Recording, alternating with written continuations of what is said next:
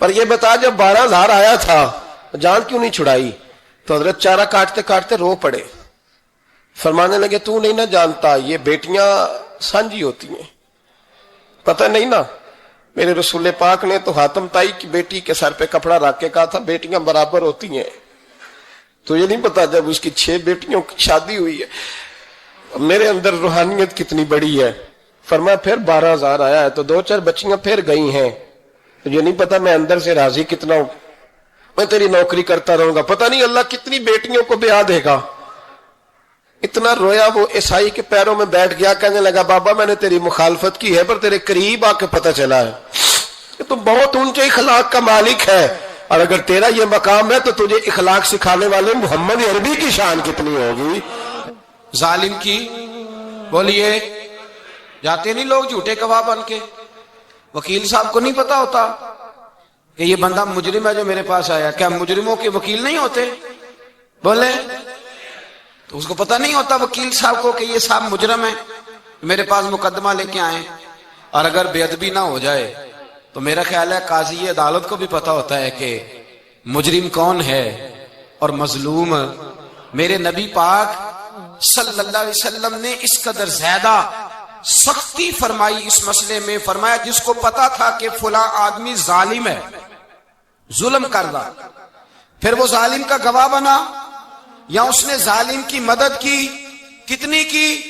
شارحین لکھتے ہیں چاہے اس نے ایک جملہ بول کے کی، چاہے ایک، سارے بولیے، چاہے ایک غریب کو اس نے ظلم کیا تو کہتے ہیں لاج یہ سی، چاہے ایک جملہ بول کے کی، شارحین اس حدیث کی شرح میں لکھتے ہیں ایک جملہ بول کے چاہے مدد کی، جس بندے نے کسی ظالم کی مدد کی کسی مقدمے میں یا کسی صورت میں اور اسے پتا تھا یہ ظالم ہے، میرے نبی پاک صلی اللہ تعالی علیہ وسلم فرماتے ہیں اگر اس نے مدد کی، ابھی ظالم کی بات نہیں ہو رہی، ظالم کے مددگار کی بات ہو رہی، اگر کسی نے ظالم کی مدد کی تو حضور فرماتے ہیں خدا بھی اس سے بری ذمہ ہے، رسول بھی اس سے بری ذمہ ہے۔ سنبھال کے رکھے اپنی نمازیں، قربانیاں، حج، زکوٰۃ سنبھال کے رکھے۔ اگر ظالموں کا مددگار ہے، الیکشن آ لینے دے، آپ کو نظر آ جائے گا کون کون ظالموں کا مددگار ہے، نظر آ جائے گا۔ اپنی جیب سے لوگ پیسے دے کے ظالموں کی مدد کریں گے، ان کے فلیکس چھپوائیں گے، بورڈ لگوائیں گے، جیبوں سے پیسے دے کے۔ ہم نے خود آگ لگائی ہے چمن میں اپنے، بے سبب گردشی ایام کو الزام نہ دو، ہم نے خود نور کا ظلمت سے کیا ہے سودا، کر کے توہین سحر شام کو الزام نہ دو۔ ظالموں کے مددگار میدان میں آ گئے، یہ چھوٹا لفظ نہیں، میرے حبیب پاک صلی اللہ علیہ وسلم نے فرمایا جو ظالم کا مددگار ہے سن لے جو سجن کے ساتھ کچہری جاتا ہے، وہ یاد رکھے جو دوست کا گواہ بنتا ہے، وہ یاد رکھے جو کہتا ہے میں مانگی گیا تھا، مجھے بلایا گیا تھا قبضہ چھڑانے کے لیے کسی غریب بیوہ کی جائیداد پہ، کب وہ سن لے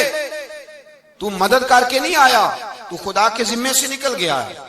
رسول پاک نے فرمایا تیرا میرا تعلق ختم ہو گیا، تو ظالم کا مددگار ہو گیا۔ پھر تو کہتا ہے میں بے چین ہوں، میں بے قرار ہوں، میں آزمائش کا شکار ہوں، پلٹ کے دیکھ تو صحیح تیرا گناہ کتنا بڑا ہے۔ میرے نبی پاک صلی اللہ علیہ وسلم کا ایک اور فرمان سن لیں، ابن ماجہ ابو داؤد میں موجود ہے، اس حدیث کو آپ نے یاد کر لینا ہے، کر لیں گے انشاءاللہ، سارے کہیے انشاءاللہ، کر لیں گے یاد۔ حضور صلی اللہ علیہ وسلم نے فرمایا اگر تو ظالم کی مدد کرے گا نا، یہ لفظ دل کی تختی پہ لکھ لینا، یہ مکافات عمل ہے، مکافات عمل دنیا، ادھر کرو گے تو ادھر بھرو گے۔ فرمایا اگر تو کسی ظالم کی مدد کرے گا، سن لے حضور کا فرمان ہے، اگر تو ابن ماجہ ابو داؤد صحاح میں موجود ہے، فرمایا اگر تو کسی ظالم کی مدد کرے گا تو رب تعالیٰ مرنے سے پہلے پہلے تیرے اوپر بھی ظالم کو مسلط کر دے گا، تیرے اوپر بھی ایک دفعہ ظلم ضرور ہوگا اگر تو ظالم کی، وہ کسی صورت میں بھی ہو سکتا ہے، کسی صورت میں بھی تیرا بیٹا ہی اٹھ کے ظلم کر دے گا، تو الجھ جائے گا، کسی نہ کسی جگہ تیرے لیے تباہی کا سامان ہوگا، تیرے اوپر ظلم ہوگا، اس لیے کہ تو ظالموں کا مددگار ہے۔ چاہیے یہ تھا کہ تو مظلوم کی مدد کرتا، انسانی ایمانی یقین کا فریضہ سر انجام دیتا، تو ظالموں کا مددگار ہو گیا۔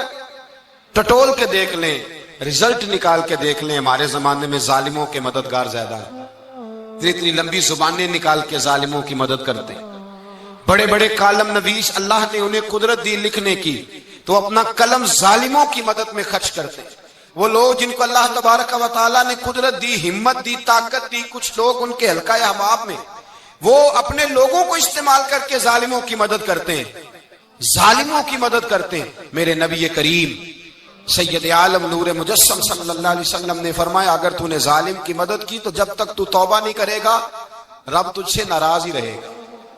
اللہ تجھ سے، او بھائی جس سے رب بھی ناراض ہو گیا، نہ کھانا نہ پینا نہ سونا نہ جاگنا نہ نیند، پھر تیری ہر چیز تیرے لیے آزمائش ہو جائے گی، پھر تیرا سایہ بھی تیرے لیے خوف کا سامان بنے گا، پھر زندگی جیتی جاگتی لاش بن جائے گی، تو اپنے کندھوں پر اپنی میت اٹھائے پھرے گا جب تو ظالم کا مددگار ہوگا۔ اور نبی پاک صلی اللہ علیہ وسلم نے فرمایا ظالموں کا مددگار بھی ظالم ہوتا ہے، ظالموں کا مددگار بھی، سارے بولے ظالموں کا مددگار بھی، نہیں کو نہیں، آپ سارے نہیں بول، ایک دفعہ بولے ظالموں کا مددگار بھی، پکی بات ہے، ظالموں کا مددگار بھی۔ اللہ اکبر، جس کا یارانہ ہو، جس کا دوستانہ ہو، جو کہے میں نے نا اس کو اوکھے ویلے کے لیے ظالم کو یاد رکھا ہوا ہے۔ کبھی مشکل میں رکھے نہیں ہوئے لوگوں نے ظالم دوست، کہتے میں نے رکھے ہوئے ہیں، بلکہ ہمارے دیہات میں تو کہتے ہیں میں نے بازو بنائے ہوئے ہیں۔ کس کو بازو بنا لیا؟ ظالم بھی کبھی بازو ہوتا ہے، جو ظلم کی تلوار لیے میدان میں کھڑا ہے۔ قارون، حامان، فرعون، نمرود کا حال نہیں لوگوں نے دیکھا؟ اپنے زمانے میں آپ نے کتنے لوگ نہیں دیکھے جن کے سائے سے، آواز سے لوگ کانپتے تھے؟ پھر پولیس کی گاڑیوں میں وہ اس طرح مردہ پڑے کہ دنیا نے تماشا دیکھا ان کا۔ یہ رنگ ہم نے دیکھے نہیں اپنے آنکھوں سے۔ فرمایا ظالم کا مددگار بھی، جو کار میں بٹھا کے لے کے گیا وہ بھی ظالم، جس نے چائے پلائی وہ بھی، جس شخص نے کھانا کھلایا وہ بھی، جو کچہری تک ساتھ گیا وہ بھی، جس نے فلیکس کے نیچے، بڑے شرابی کے نیچے چھوٹی اپنی فوٹو لگائی وہ بھی، جو ووٹ کی پرچی ڈالنے گیا وہ بھی۔ کہہ دینا بات نکل کے کہ حضرت صاحب نے سیاسی تقریر کی ہے،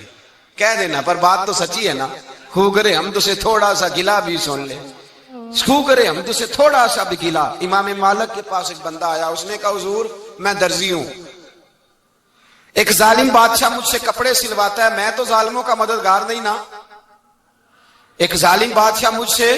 حضور میں تو مددگار نہیں نا ظالموں کا، جو فرمایا ظالموں کا مددگار بھی ظالم ہوتا ہے، تو کپڑے لے کے آتا ہے میں سی کے دے دیتا ہوں، ذمہ داری نہیں۔ یہ ایک آدمی دکاندار ہے، اس سے کوئی بندہ چیز خریدنے آئے گا تو تھوڑی کہے گا میں نے نہیں دینی، تو دے گا۔ کوئی بندہ اگر کسی شخص سے کوئی کام کہتا ہے جو اس کی فیلڈ ہے، اس کا شعبہ ہے، اس کا معاش کا وہ سلسلہ ہے، کہتے ہیں یا رسول اللہ صلی اللہ علیہ وسلم ظالموں کا مددگار بھی ظالم، حضور نے فرما دیا۔ تو امام مالک سے بندے نے مسئلہ پوچھا، دل کی تختی پہ لکھنے والی باتیں ہیں،